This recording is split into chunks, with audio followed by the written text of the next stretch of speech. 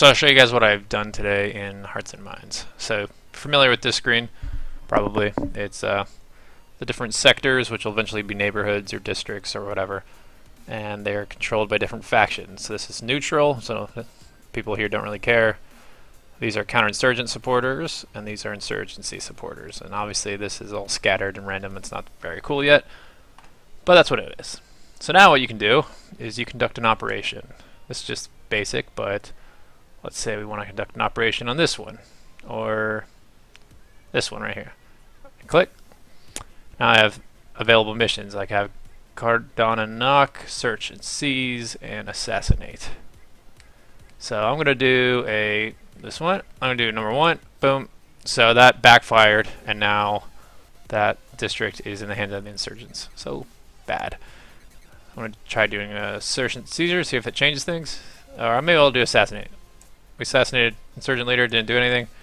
I'll keep doing that. Oh, there we go. Eventually we killed the guy, and now it's back in counterinsurgent control. We'll do a Search and Seize here. Oh, that worked. Okay, cool. And so you can start to see we can start to acquire territory and take it back from the enemy. Not every time, but and through that we'll be able to start doing some things. Now obviously this is super basic. I have zero mechanics going on behind here. I'm really just like rolling the dice and determining whether or not it succeeds or fails. But there's going to eventually be more things to do and more reasons that you have to make, cost-benefit analyses and be like, do I really want to do a, assassination in this place? There's always, bad repercussions of that. And also, not all of these things are going to be available at all times to the different sides. So, bust in with tanks, for example, would not be an option if you didn't have tanks or if you were in a small insurgency. But these are the same kind of actions that the AI for the enemy is also going to be able to do. So whether you're the insurgents or the counterinsurgents, the opposition is going to be able to make these decisions as well. They're not going to use this fancy UI, Radial menu, but yeah. So I'll show you how it works. So here's my ham GM script, my Hearts and Minds GM script. Add a third action here. I'll call this one Bust In with Tanks and Just Start Going Nuts.